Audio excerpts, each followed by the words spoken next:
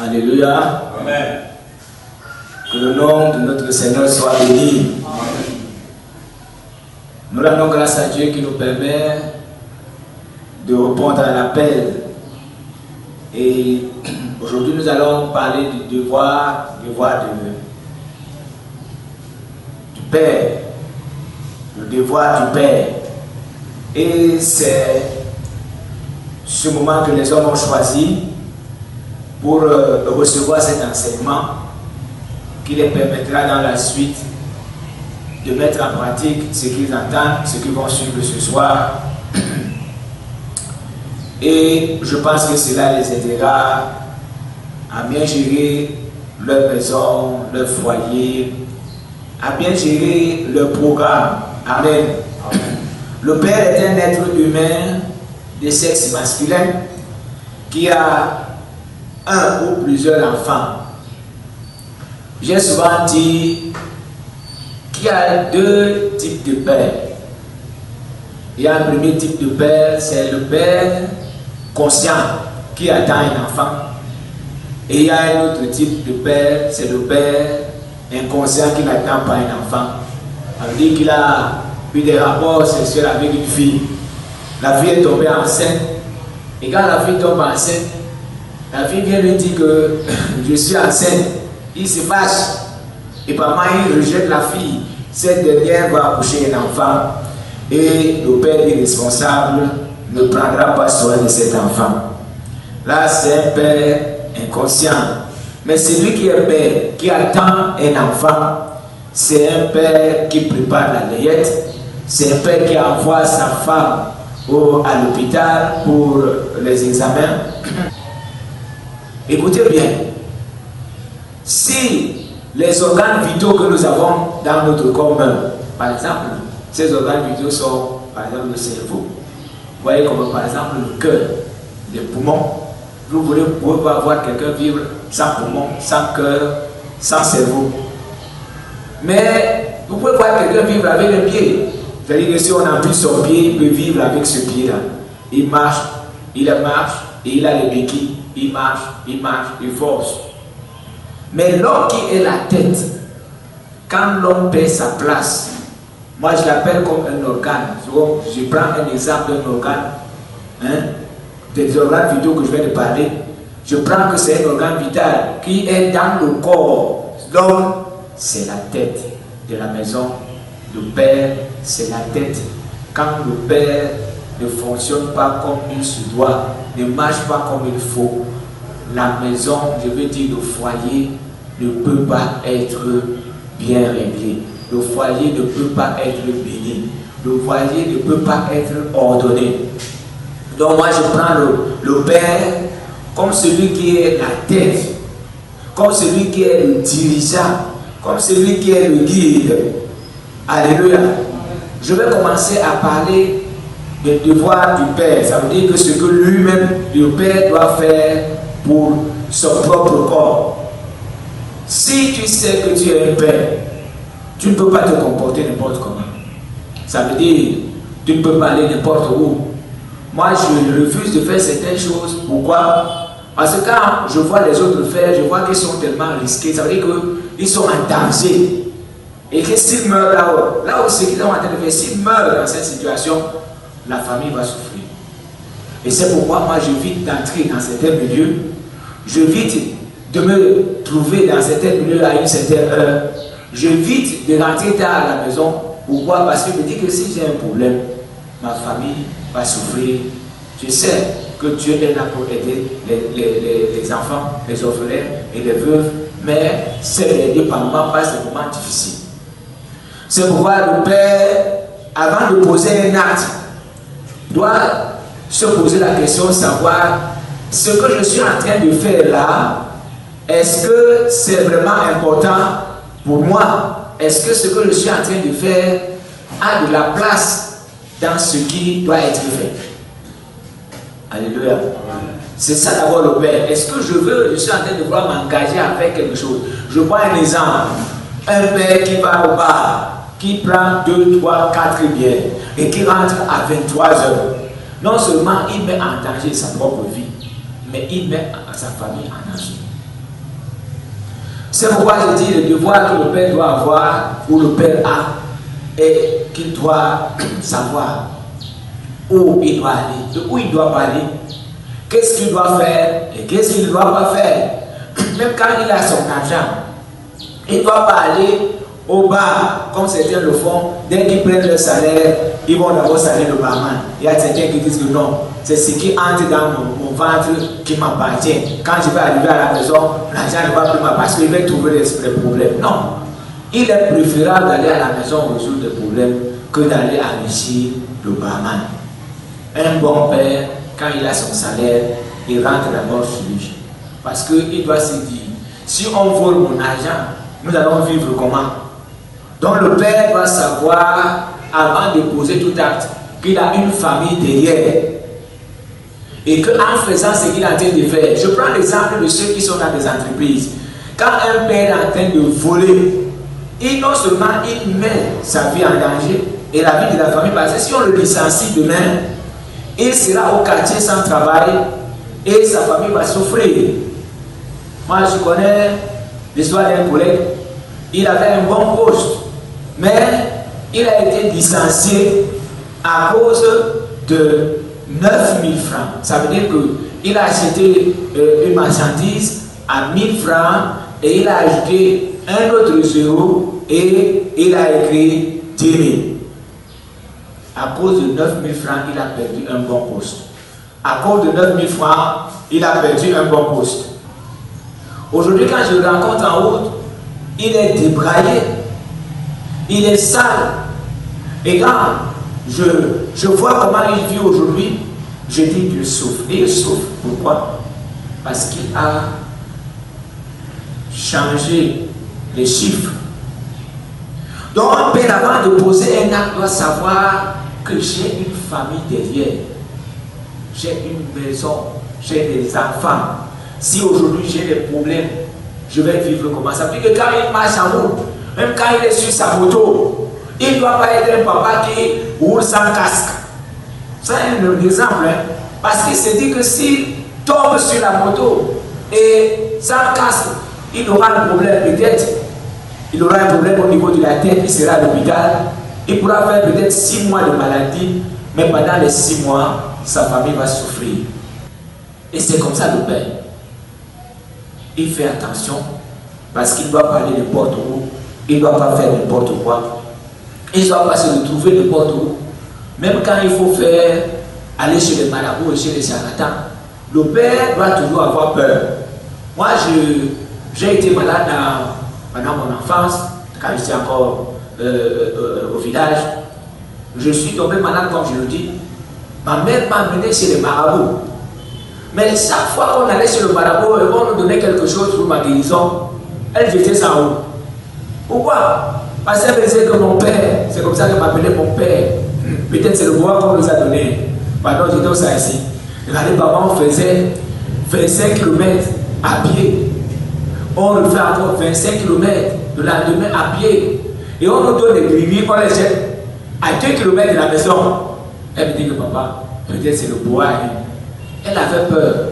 Quand en allant chercher la guérison, on peut nous donner un bois et le bois commence non seulement à nous faire souffrir et peut-être à avaler plusieurs dans la maison. Elle savait qu'elle avait combien d'enfants? Elle avait ses 5 enfants. Moi, j'étais l'aîné qui était malade, mais elle protégeait les autres enfants. C'est pour ça qu'elle disait que papa, j'ai donc ça ici. Et c'est comme ça que le père doit fonctionner. C'est comme ça. C'est comme ça que le père doit marcher. Quand il est en route, quand il est à la maison. Maintenant, quand le père est à la maison, avec sa famille, c'est lui qui est le chef de la famille. Le père dans la famille doit être comme un exemple. Un homme qui décide de se marier. C'est ce que moi j'ai toujours dit. J'ai dit un jour à l'une de mes collègues que moi je suis marié. Mais je ne veux pas voir ma femme souffrir. Pourquoi? C'est pour ça que je ne veux même pas qu'elle dépense pour acheter les meubles, acheter les lits, Je lui ai dit un jour, je suis rentré à la maison, j'ai trouvé que ma femme a acheté un lit et elle a dépensé beaucoup d'argent. Beaucoup, parce que quand je vois le lit, c'est fait en bois, bois massif. Je me suis fâché, je lui ai dit, si tu as besoin d'acheter quelque chose dans cette maison, demande-moi. Ton argent, c'est pour te réjouir. Tu n'as pas, tu achètes le lit cher comme ça. Pourquoi est-ce que tu m'as dit qu'il faut un lit, je t'ai pas donné de l'argent? Pourquoi? Parce que moi, j'avais cette habitude et cette envie de la voir se réjouir avec ce qu'elle a. Quand elle venait même me présenter son salaire, je faisais comme si elle était tellement occupée. Pourquoi je le faisais? Je ne voulais pas voir ce qu'elle gagne. Et je voulais qu'elle se réjouisse. Je disais, ok, j'ai vu, ok, arrête. Après, me demande, on fait comment? Elle dit, ok, tu peux dépenser. Je ne voulais pas savoir ce qu'elle gagne. Je ne voulais pas savoir ce qu'elle a fait avec son argent. Je voulais la voir se parler, se réjouir avec son argent. Mon collègue m'a regardé. Elle m'a raconté ce qui se passe dans son foyer. Comment son mari détourne l'argent, comment son mari dépense l'argent, comment son mari est inconscient. J'ai vu que cette femme était malheureuse. Parce que non seulement son mari met la main dans son argent, sur son salaire, en étant même des investissements qu'elle fait, son mari met la main et il prend l'argent et gaspille. Ça, ce n'est pas un bon exemple pour un père. Un père va être content de voir sa femme heureuse, ses enfants heureux. Tant qu'il ne voit pas sa famille heureuse, il doit tout faire. Et là, à ce niveau, ça ne dépend pas des moyens. Ça veut dire qu'il ne faut pas que tu aies 30 millions, il ne faut pas que tu aies 20 millions, il ne faut pas que tu aies 100 000 pour rendre ta famille heureuse. Non. Là, ça dépend maintenant de la manière dont tu prends ta femme, la manière dont tu prends tes enfants. La femme, par moment, n'a pas besoin qu'on vienne avec la voiture. Si vous rentrez le soir et vous attendez un yaourt à votre femme, elle sera fière. Ça dépend de ce que vous donnez aux enfants. Regardez ce qui se passe avec les familles, dans les familles. Quand papa achète un vélo, vous voyez, c'est tout le monde qui est content. Les enfants dansent, ils allèment le vélo, madame aussi vient à côté du vélo. Dans une autre famille, on achète la moto. Vous voyez, c'est tout le monde qui est content. Mais c'est pas si vous voyez, vous allez de comprendre ce que je suis à motifs. Maintenant, dans une autre famille, on achète la voiture, c'est tout le monde qui vient. Tout le monde est content. Alléluia. Donc, la joie, c'est comme les escaliers. Ça veut dire que si tu es à un niveau, tu fais ce qui est à ton niveau, ta famille est comment? Contente. Ne cherche pas à avoir beaucoup d'argent. Ne cherche pas à avoir pour rendre ta famille heureuse. Non. Le peu que tu as, tu peux rendre ta famille heureuse.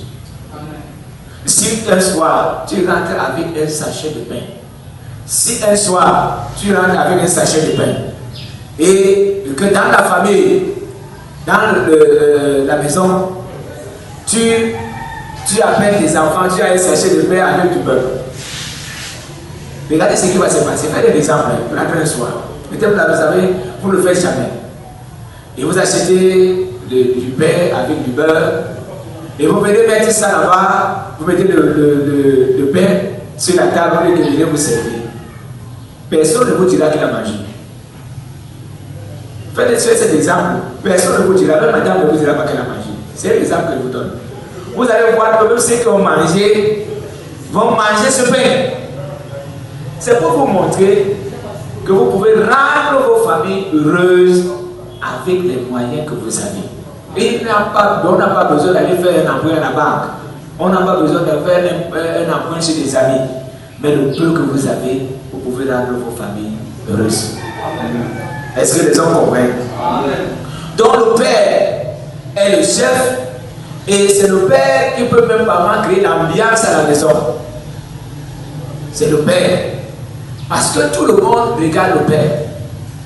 Il y a un collègue qui est venu au lieu de service avec son fils. Pendant que son fils était en train de jouer avec l'un de nos collègues, et le collègue l'a fait mal, il s'est mis à pleurer. Il dit, je vais dire à mon père.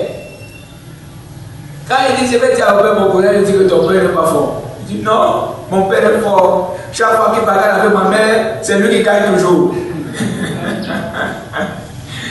Vous voyez?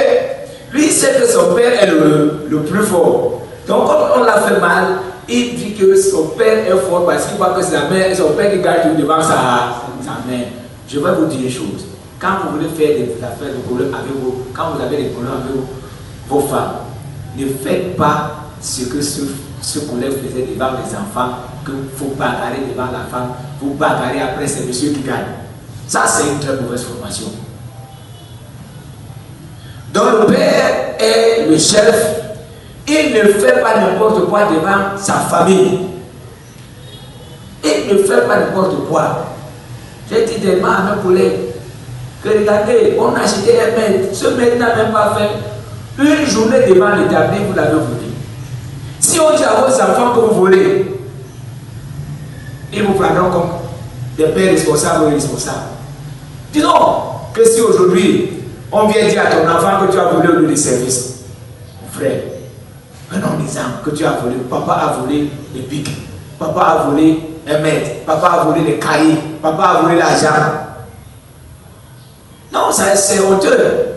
Les enfants vont regarder le papa, tu voles. Hein?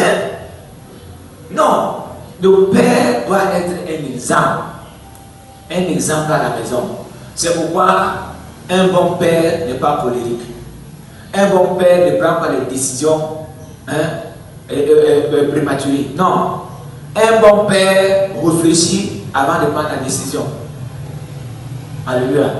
Même quand il y a un problème, parce qu'à la maison, on regarde le père. Quand on vient chercher quelqu'un, s'il y a un problème dans le quartier et que les voisins arrivent chez vous, ils vont pas poser la question de savoir où est madame.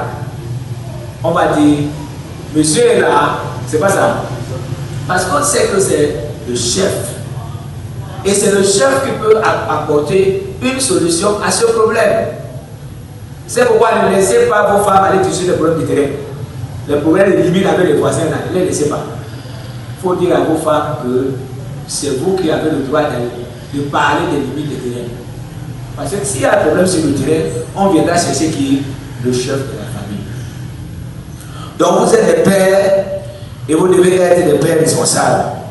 Dieu a établi dans son organigramme, si nous regardons dans le livre de 1 Corinthiens, nous allons lire chapitre 11, verset 3, et dit, je veux cependant que vous sachiez que Christ est le chef de tout homme, que l'homme est le chef de la femme, et que Dieu est le chef de Christ.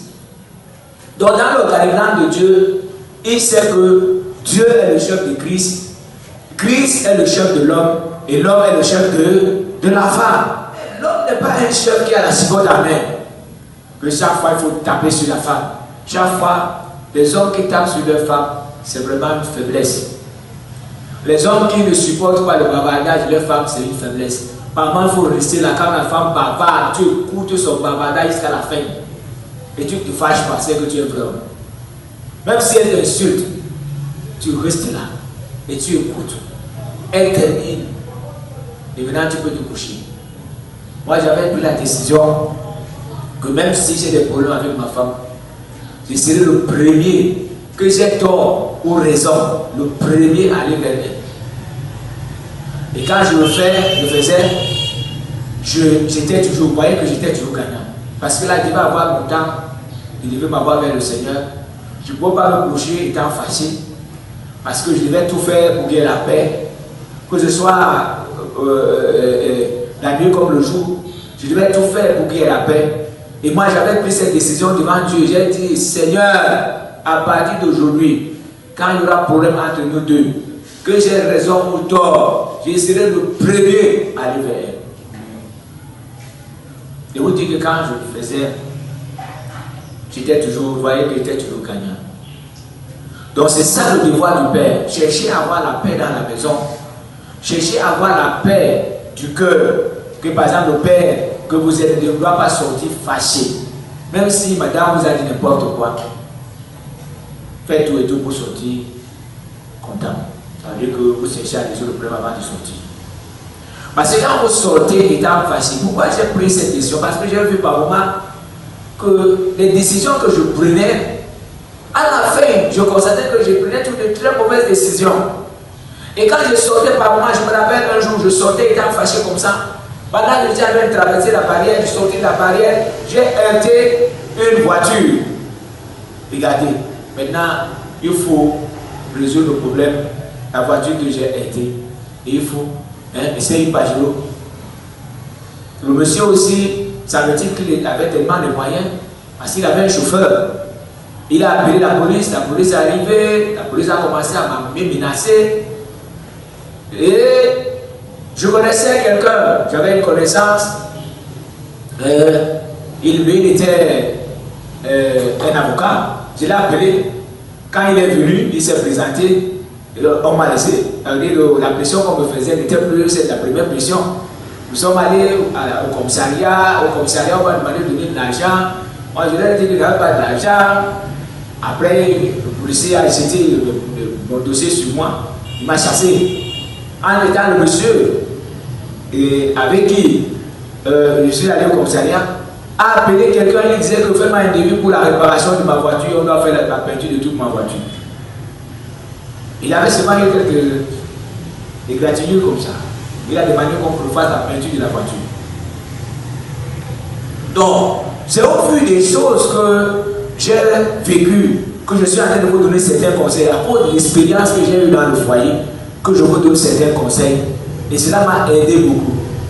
Donc, le père doit être un chef qui n'a pas la chicotte à main, un chef qui pilote, un chef qui est à la tête, un chef qui n'est pas colérique, ça veut dire un chef qui prend des décisions, car il refuse, par exemple, madame refuse de faire quelque chose, il décide qu'il ne fait plus rien parce que madame a été quelque chose. C'est un chef qui fait ça. Madame a refusé d'embrasser la nuit, il ne rationne pas le matin, c'est pas normal. Vous devez toujours rationner. Que madame vous insulte, parce qu'elle peut vous dire qu'elle n'a jamais mangé chez vous. Ce n'est pas ce qui va vous pousser le matin à sortir sans rationner.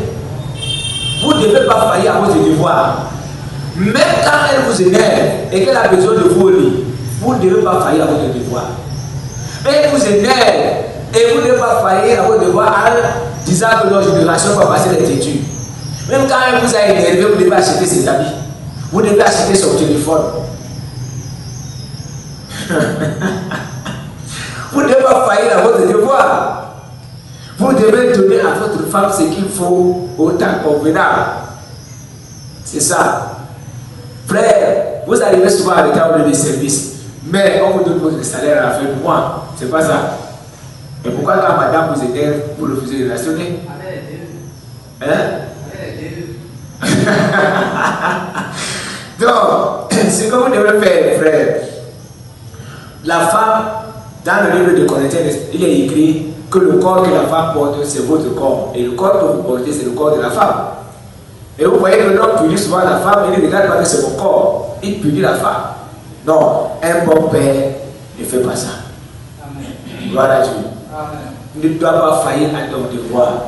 Même si les enfants sont têtus, il ne faut pas faillir au devoir. Donc je ne paie pas la pension. Je ne n'achète pas des habits. Vous ne devez pas faillir. Faites tout ce qu'il faut pour vos enfants. Parce qu'au fur et à mesure que vous refusez de faire ce qu'il faut pour vos enfants, ils sont attirés par ce qui est dehors. Ils sont attirés par ce qu'ils voient. La même chose, si vous êtes habitué à insulter votre femme, qu'elle est laide. Si au dehors, quelqu'un dit à la femme, le boucher dit à la femme qu'elle est belle, le corps de votre femme sera accroché sur le boucher. Les femmes aiment ça. Que tu dis que la femme est belle. Mais quand tu dis qu'elle est laide, les femmes n'aiment pas ça. Elle est prête à céder à cet homme-là qui lui dit que tu es belle. À celui qui lui dit que tu es laide. Les femmes n'aiment pas les reproches. C'est pour ça que quand la femme vous donne à manger, même s'il y a le sel, frère, essayez de manger.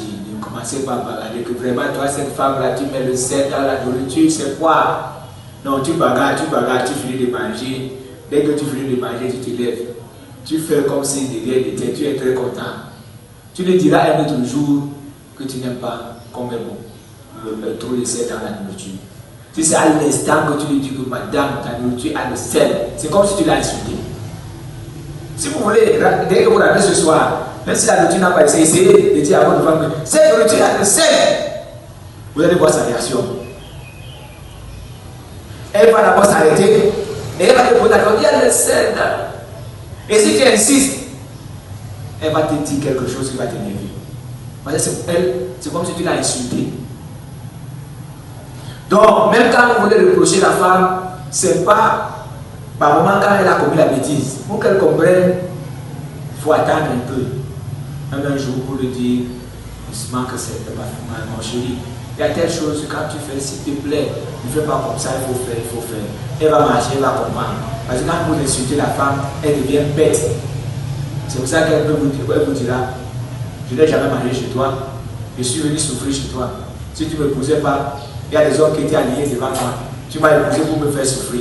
Tout ça, c'est parce que tu lui as dit ce qui n'est pas bien. Donc, ça, c'est le devoir. Je vais commencer par le devoir que l'homme a. Maintenant, je vous ai parlé du devoir que l'homme a envers sa femme. Vous devez tout faire pour rendre vos femmes heureuses. Si vous rendez vos femmes heureuses, elles vous feront de très bonnes choses. Mais si vous êtes habitué à taper sur elles, vous êtes habitué à les insulter, vous êtes habitué à ne pas rester à côté d'elles, peut-être vous êtes seulement gentil avec elles quand vous voulez aller au lit, ce n'est pas bien. Ce n'est pas bien. Ce n'est pas bien. Et je vais aussi vous dire une autre chose. Il y a certains pères qui souffrent dans leur foyer en ce qui concerne les relations sexuelles parce que ces pères-là ne parviennent pas à faire à la femme ce qu'elle veut. C'est pour ça que vous devez chercher à savoir ce que votre femme aime. Si vous constatez que votre femme vous fuit tout le temps, quand vous êtes en train de vous voir passer à l'acte sexuel, demandez à la femme ce qui se passe. Quand vous entendez la femme vous dire que de lui faire telle chose, faites très attention, peut-être c'est ce qu'elle aime.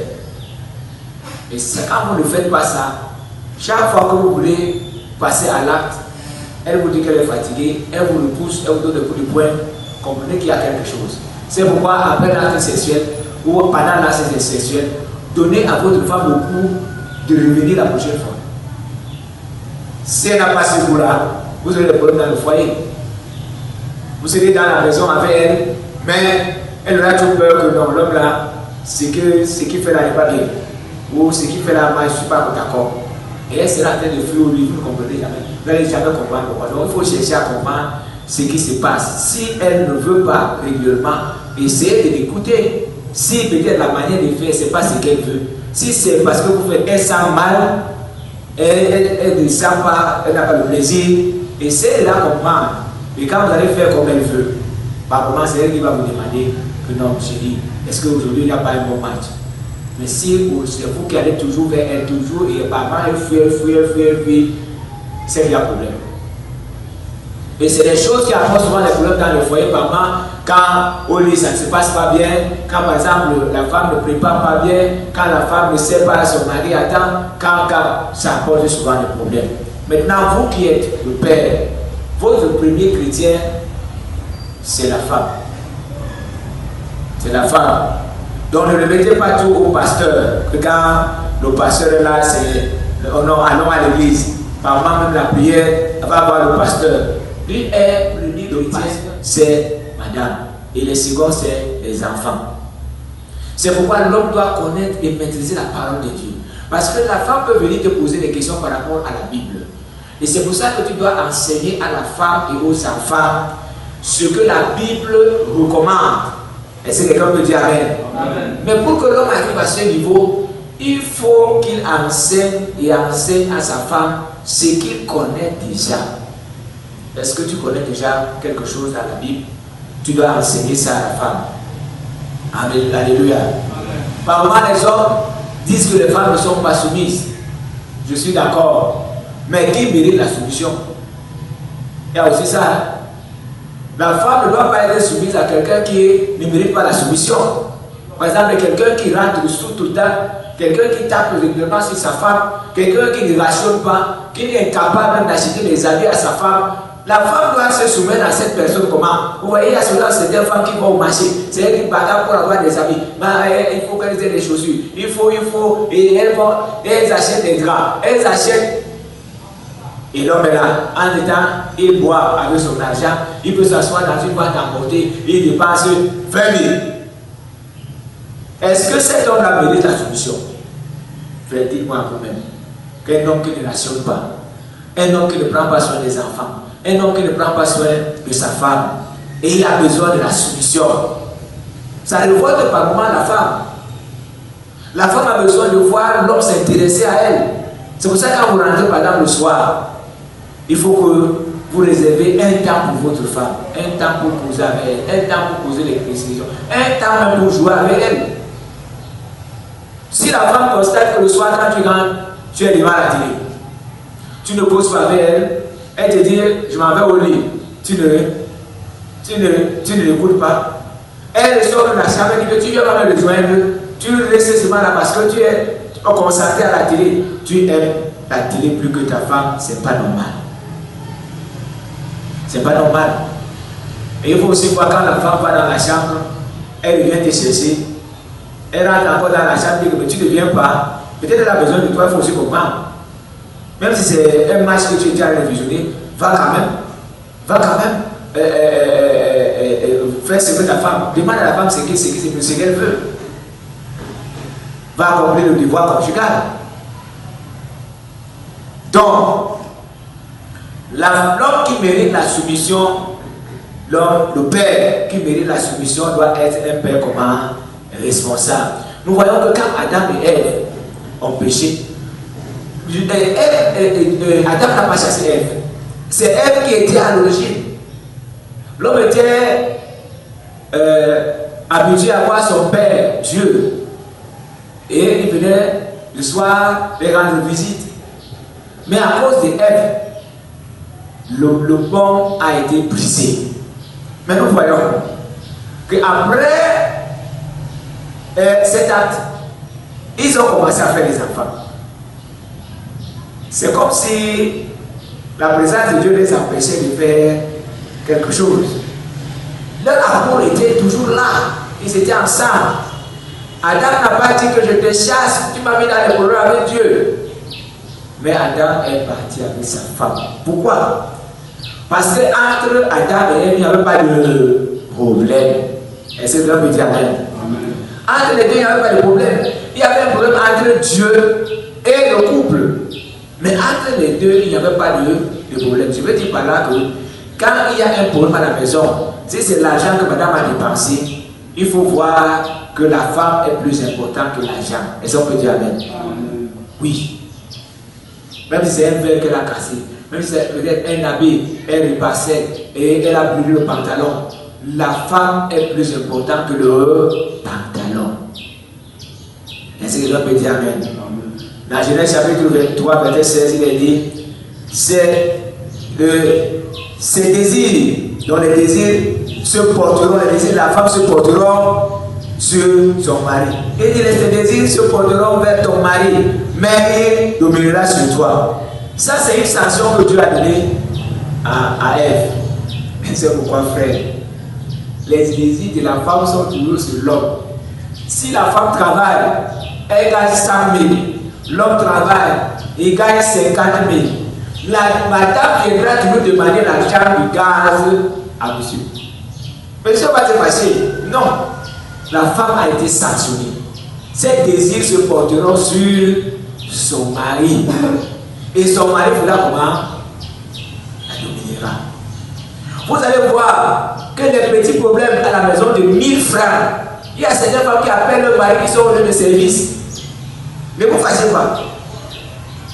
Et Dieu a dit que ces désirs se porteront sur. C'est la sanction. Et dans le foyer, parfois les gens se fâchent. Tu ne peux pas faire ça. Tu ne peux pas. Et pourquoi tu fais? Tu m'appelles pourquoi? Non. Dieu a dit que les désirs se porteront sur ton mari. C'est pourquoi la femme ne cessera jamais de te demander même ce que tu n'as pas. Même quand tu lui montreras le salaire, que tu gagnes 70 000, elle viendra avec les problèmes de 80 000. Ça, c'est une sanction.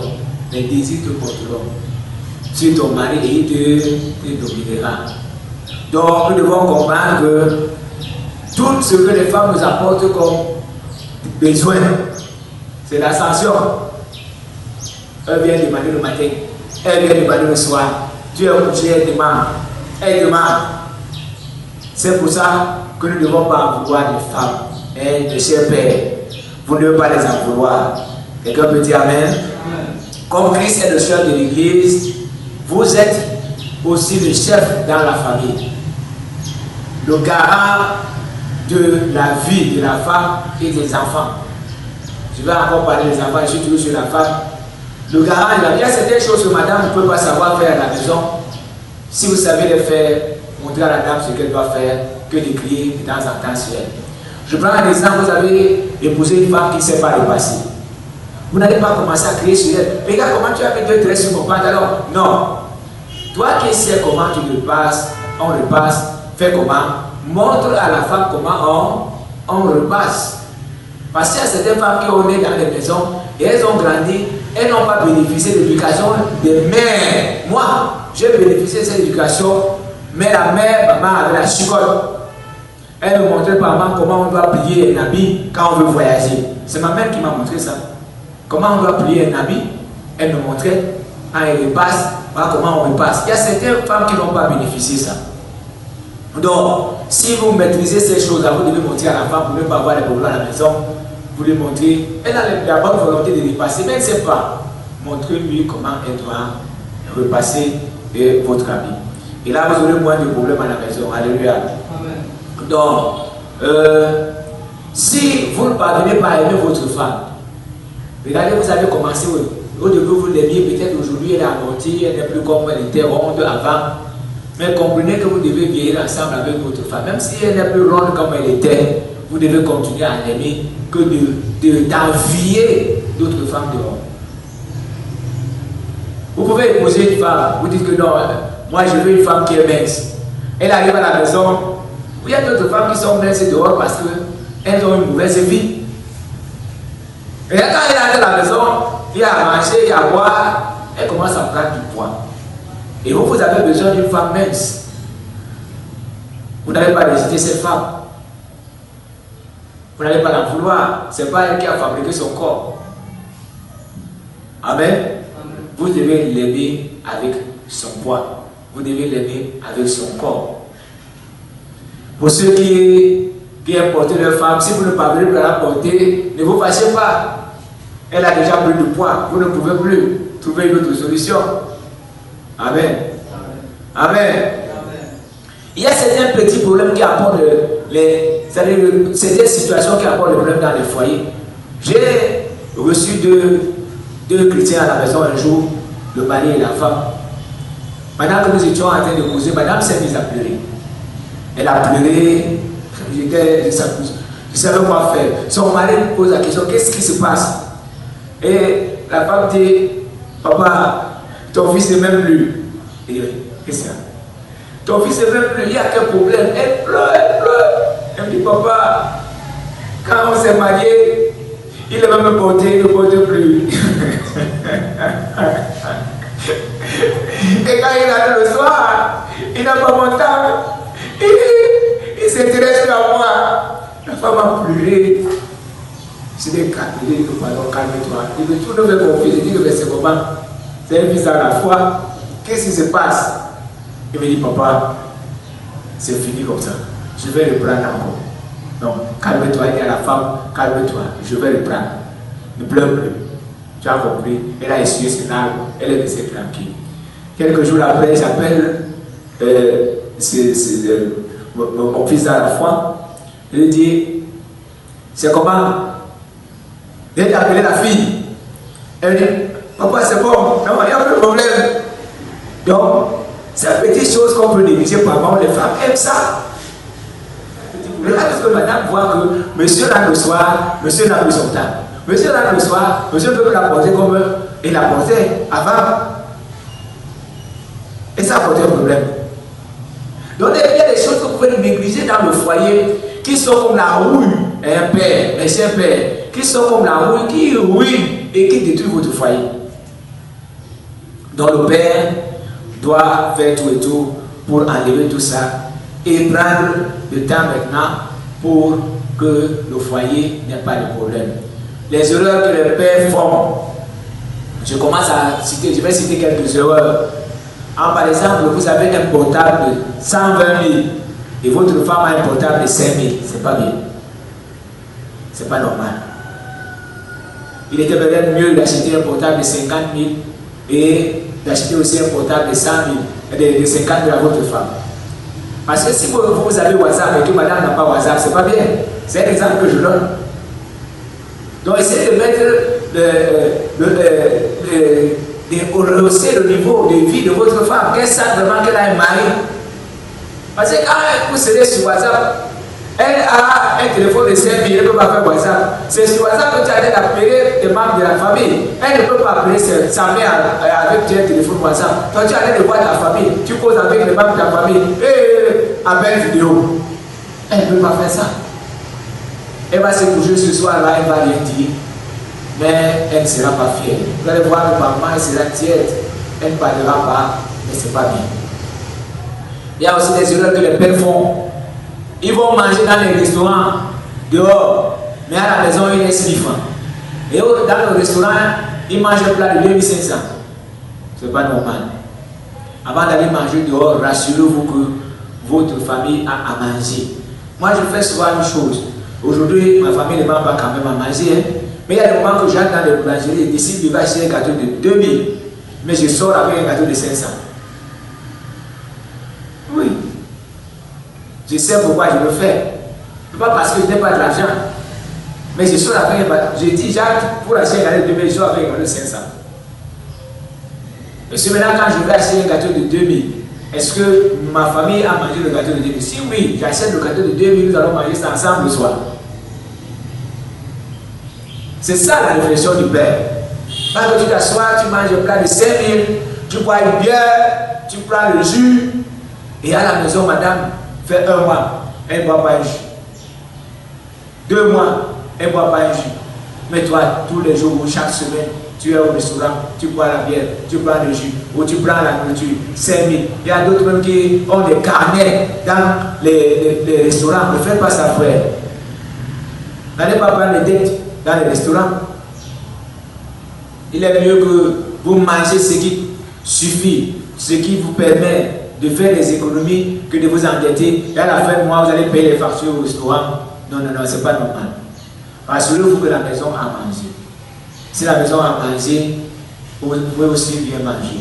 Ou vous dites, ok, je vais donner à manger l'argent à la maison, moi je vais manger le soir à la maison. Même comme par moi, ça pose des problèmes.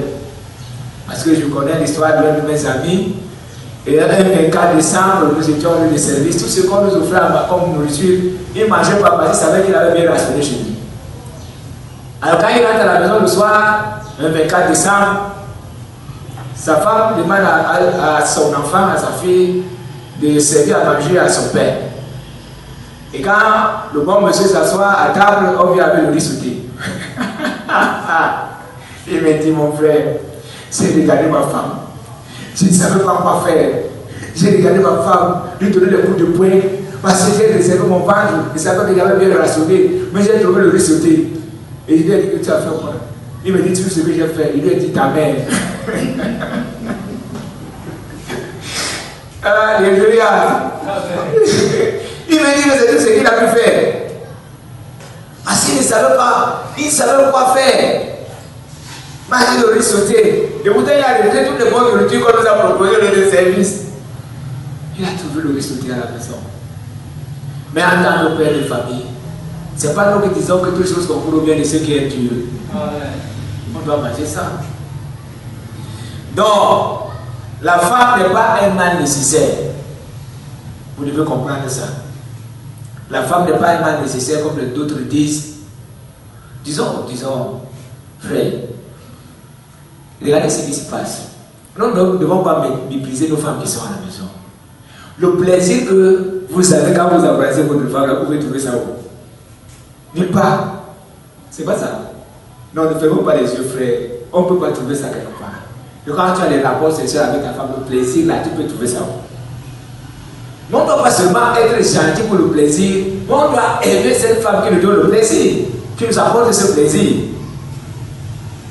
C'est pas ça. Malgré ses défauts, c'est pour ça que je vous dis toujours, ne cherchez pas à transformer vos femmes. Et regardez ceux qui dressent les animaux féroces, les animaux sauvages. Ces animaux finissent toujours par les tuer. Je ne sais pas si vous avez déjà vu sur Internet, les gens qui élèvent les animaux sauvages, comme le lion et autres. C'est pour ça que n'allez pas chercher, mais je vais dire, ne cherchez pas à changer, à transformer vos femmes. Vous aurez des problèmes. Ne cherchez pas à dresser vos femmes. Vous aurez des problèmes. Si par exemple vous avez épousé, vous avez épousé une femme, je veux dire, peut-être quand vous avez épousé cette femme, elle avait 25 ans, c'est un exemple. Vous trouvez que cette femme-là ronfle par exemple au lit. Est-ce que c'est en une journée que vous allez arrêter ça? Non. C'est comme ça avec le caractère que la femme a. Donc si la femme a un caractère qui n'est pas bien, si tu veux enlever, tu veux que cette femme arrête de faire ce qu'elle faisait, ça sera compliqué. Ce que vous devez seulement faire, c'est apprendre à vivre avec cette femme dans cette condition-là. Vous aurez moins de problèmes. Si vous savez qu'en disant à votre femme qu'elle est laide, elle va se fâcher, ne dites jamais à votre femme qu'elle est laide. Donc, voilà les quelques erreurs que les hommes font. Et les hommes ont besoin par mal de divorcer. Parce que quand ils voient que la femme commence à faner, elle n'est plus comme elle était avant, ils veulent déjà divorcer pour prendre une autre. Ce n'est pas une bonne idée. Ce n'est pas une bonne idée. La femme que tu as, c'est ta pointure. C'est comme les chaussures quand vous allez au marché. Chacun choisit sa paire de chaussures. Et il y a d'autres qui choisissent la pointure 42. Tu ne peux pas porter une paire de chaussures. Peut-être ta pointure c'est 42. Tu commandes une paire de chaussures et de pointure 45. Non. Tu commandes toujours 42. Et c'est 42 que tu as besoin. Et tu seras à l'aise. Alléluia. Donc que le Seigneur nous aide. Le Père doit être un Père responsable qui sait gérer les problèmes de la maison, qui sait écouter la femme et écouter les enfants. Il y a plusieurs personnes qui aiment l'argent plus que leur famille. Oui. Ça veut dire qu'ils sortent le matin, ils cherchent l'argent jusqu'à 22 heures. Ils rentrent pour que tout le monde dort. Le lendemain, ils sortent encore, ils cherchent l'argent jusqu'à 22 heures. Non. Ne faites pas ça. Vous devez avoir un temps où vous cherchez de l'argent, un temps où vous causez avec votre femme, un temps où vous causez avec les enfants, un temps où vous priez avec vos enfants et vous priez avec la femme. Il y a des moments où vous priez avec les enfants et la femme, et un moment où vous priez seulement avec la femme, et un moment où vous priez seul. Donc vous devez avoir ces trois temps, ces trois moments. Prier seul, prier avec madame, et prier avec madame et les enfants. Amen. Amen. Donc, c'est ça ce que l'on doit faire. Vous ne devez pas aimer l'argent plus que vos femmes. Si vous consacrez tout votre temps à la recherche d'argent, c'est pour ça que vous voyez aujourd'hui que même aujourd'hui, je vais commencer à parler des enfants. Même au niveau des enfants, les parents et le père, maman aiment l'argent plus que ses enfants. Il y a d'autres qui sont dans le business, il sort, il a Yaoundé, après tu attends, il a Kaloua, quand il est à Douala, il doit aller dans les supermarchés et il n'a pas de temps pour poser avec sa famille, un temps pour poser avec les enfants. Il passe son temps à chercher l'argent. Ça veut dire qu'il aime l'argent plus que sa famille. Et une famille pareille subit. Pourquoi? Parce que les enfants vont demander des conseils aux voisins. Parce que papa n'est pas là. Et plusieurs parents ont laissé les enfants entre les mains des répétiteurs. Les répétiteurs qui détruisent même les enfants. Moi, j'étais répétiteur quelque part. Et c'est une jeune fille. Et mais moi, je faisais très mauvaise chose avec la fille là. Parce que papa, on le voyait assis à table, quand nos pieds étaient croisés en bas. Vous voyez? C'est mauvais. Ces répétiteurs que vous voyez, papa font de très mauvaises choses aux enfants. Les enfants ne vous disent pas. C'est pourquoi vous devez regarder régulièrement les cahiers de vos enfants. Quand vous envoyez même un enfant payer la scolarité, cet enfant doit revenir avec le reçu. Cherchez à avoir le reçu. Regardez les cahiers de vos enfants, même si vous n'avez pas fréquenté, demandez le reçu. Demandez qu'on vous apporte le reçu. Essayez de voir, demandez des feuilles quand il y a évaluation. demandez qu'on vous montre les feuilles. Pourquoi? Parce qu'aujourd'hui, les enfants sont abandonnés à eux-mêmes. Les parents qui ne regardent même pas les cahiers, ils attendent la fin du trimestre. Tu as échoué, tu as passé. Ils ne regardent même pas le. Tu as eu combien? 10. Ils se disent, ok, c'est bien. C'est pas normal. Et c'est la même chose avec l'école de dimanche. Vous devez envoyer vos enfants à l'école de dimanche.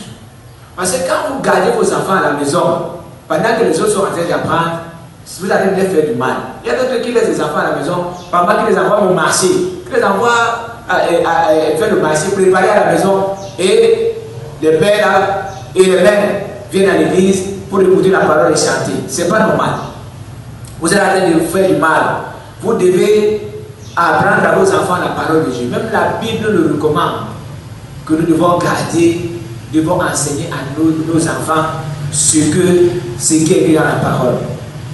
À cause de ce que les parents, je vais dire les pères qui sont les pasteurs, n'enseignent pas les enfants, nous avons de très mauvais enfants dehors. Des enfants qui insultent, des enfants qui tapent sur les vieux.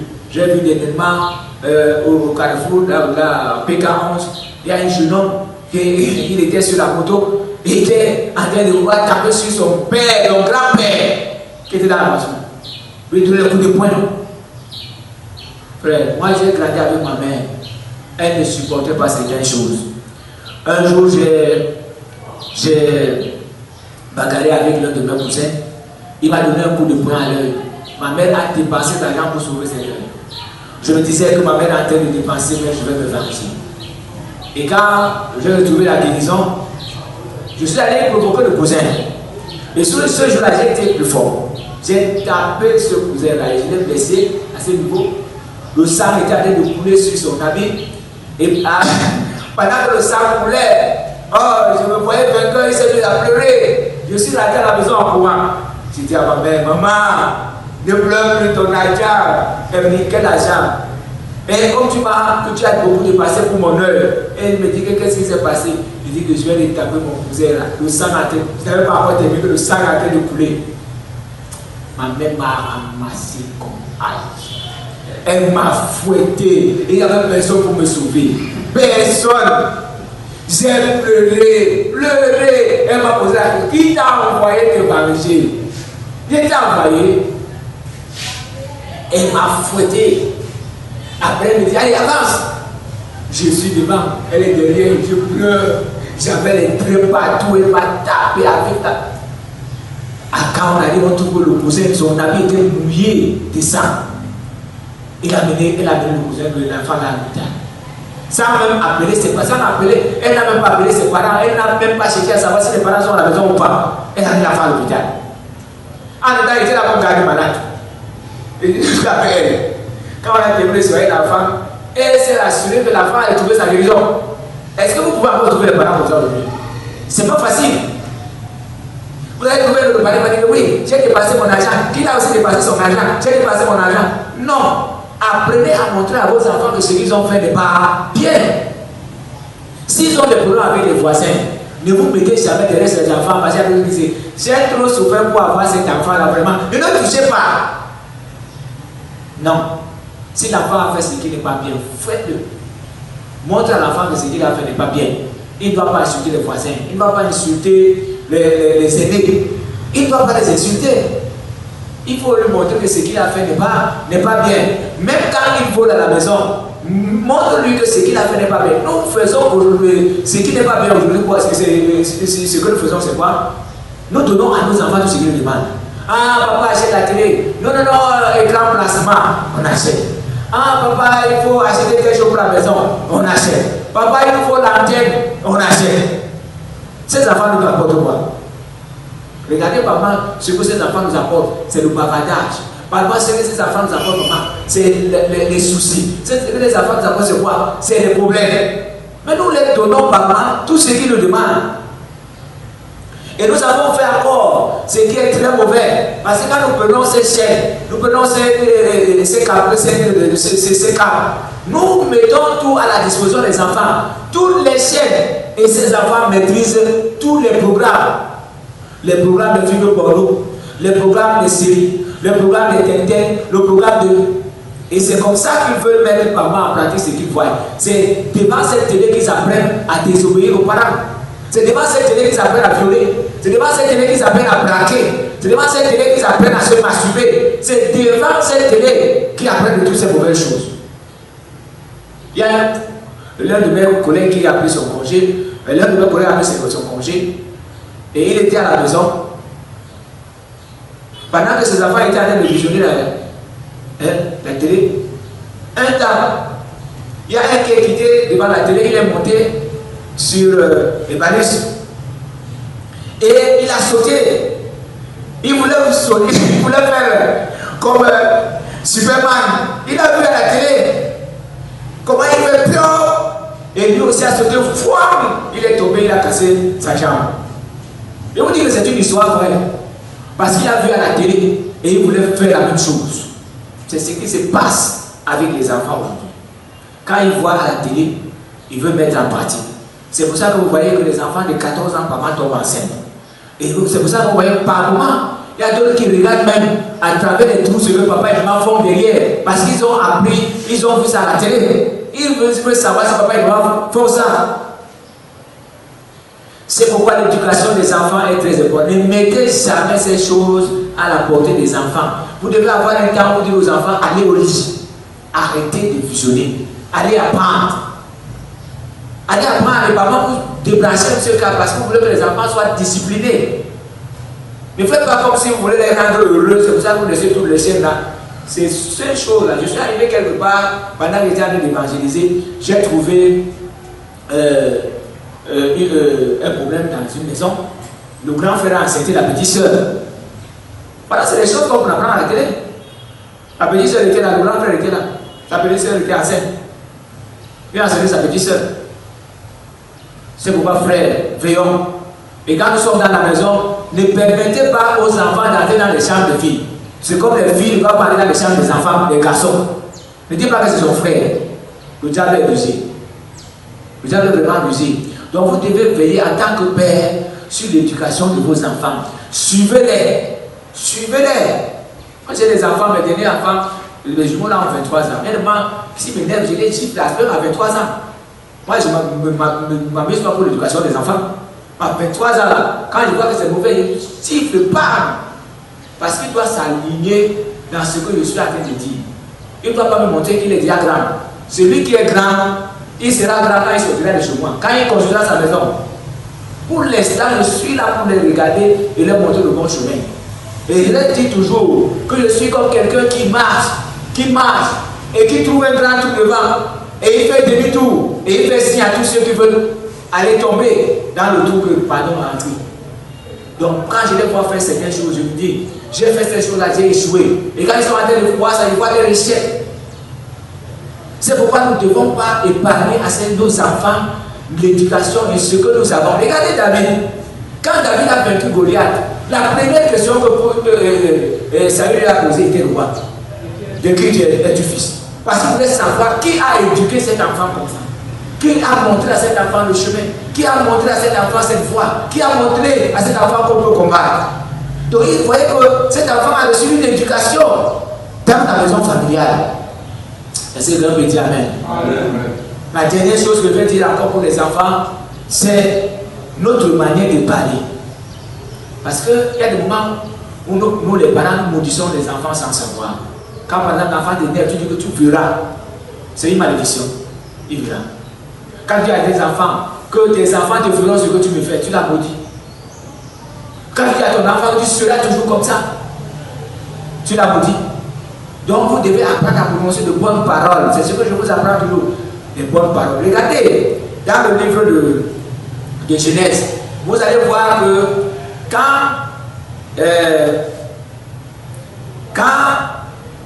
Jacob avait volé la bénédiction, quand Isaac n'a pas maudit Jacob. Alléluia. Alléluia. Et au contraire, il a béni encore. Lisons dans le livre de Genèse 28. Vous allez voir.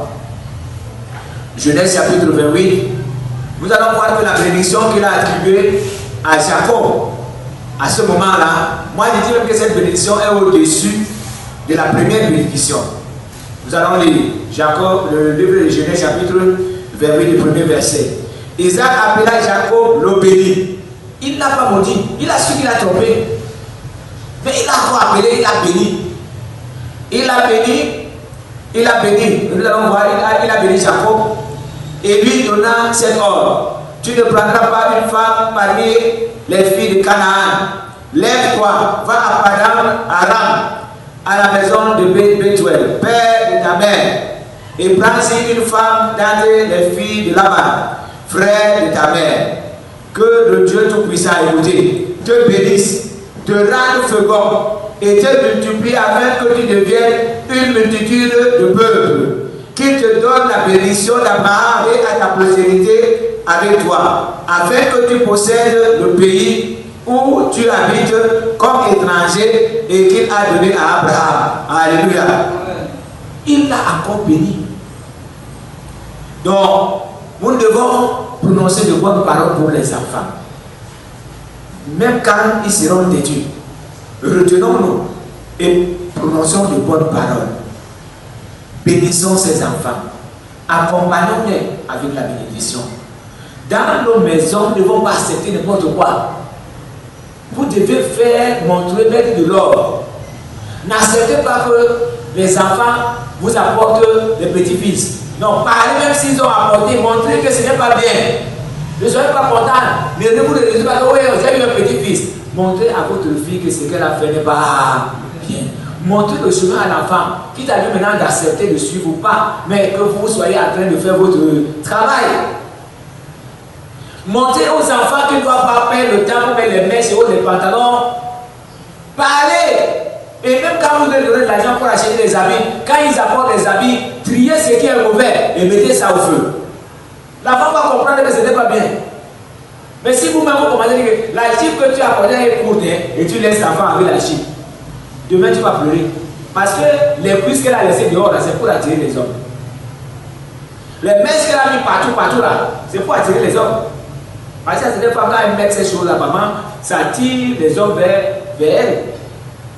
Donc à un certain âge, soyez strict pour dire à l'enfant, à ton âge, tu ne dois pas avoir le téléphone. À ton âge, tu ne dois pas porter de tels habits. À ton âge, tu ne dois pas faire ça.